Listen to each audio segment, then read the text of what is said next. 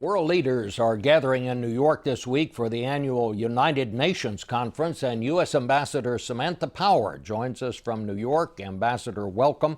Let me just start right in here. U.S. officials, according to the Wall Street Journal, say it is important for other nations to join the United States in launching airstrikes into Syria. So I guess my question is, do you have any indication yet that other nations will be willing to do that? We do, Bob, but we're going to leave it to other nations to announce for themselves what their specific commitments to the coalition are going to be. Secretary Kerry chaired a meeting of the Security Council here on Friday in New York, and more than 40 countries spoke in support of our efforts, including France, which announced that it had just conducted airstrikes in Iraq against ISIL for the first time, Saudi Arabia, which described the training facility that it's providing for Syria's moderate opposition, and a whole host of other commitments, including Germany, which has broken with tradition in order to provide weapons and military equipment to the Iraqis and the Kurds. So it's a multifaceted approach, as you know, with a whole host of aspects to it, but the combat role is very important, of course. I just want to make sure I heard you right, because I think you made a little news here. You do have word that other nations are going to join us on conducting airstrikes into Syria.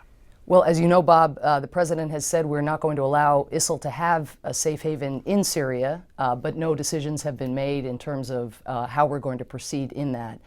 In terms of the broader anti-ISIL coalition, we do indeed have the support along the lines that I've described. And ground troops. What commitments are there for ground troops to join in this? I think the most important commitments are the commitments of the Iraqis, the Kurds, and the Syrian moderate opposition, which has been fighting ISIL for nearly a year and has been appealing for outside help. And now that Congress has approved overwhelmingly and in a very bipartisan way the train and equip package, that help is on the way for the moderate opposition. So local forces are always going to be your best bet, fighting ISIL in a country that, of course, belongs to the Iraqis, the Kurds, and in the case of Syria, the Syrians. Secretary Kerry said last week in New York that every country has a part in this, including Iran. What exactly is Iran's part? Well, let me stress that we are not coordinating military operations or sharing intelligence with Iran. I think what the Secretary meant was that Iran has made clear that it too views ISIL as an enemy and as a threat. And so in that respect, all of our operations are oriented around the objective of degrading and destroying ISIL, and we're waiting to hear whether Iran thinks it has a constructive role to play. But I would note that Iran's behavior and its actions in Syria have been very destructive from our perspective, supporting Hezbollah, supporting the Assad regime, which itself has both been complicit with ISIL, not exhibiting any energy or intensity in going after ISIL, spending much more time going after civilian neighborhoods and the moderate opposition than going after such a profound, monstrous terrorist threat. And that they have received the full support of Iran, as you know, throughout this conflict. So those actions would have to change, really, if we're going to deal with ISIL in a comprehensive way. Assad is not somebody who can be relied upon as a partner in the effort against ISIL. Ambassador, let me ask you this question, because a lot of people in Washington, it's bothering them. Why does the president continue to stress what we're not going to do? No ground troops, no shock and awe, instead of stressing what we are going to do. Is he boxing himself in an effort to assure people we're not going to launch another war like we already had in Iraq? Well, I think what he's doing is describing the contours of the campaign that he has worked out with his cabinet, and most importantly with Chairman Dempsey, Secretary Hagel, and his military advisors.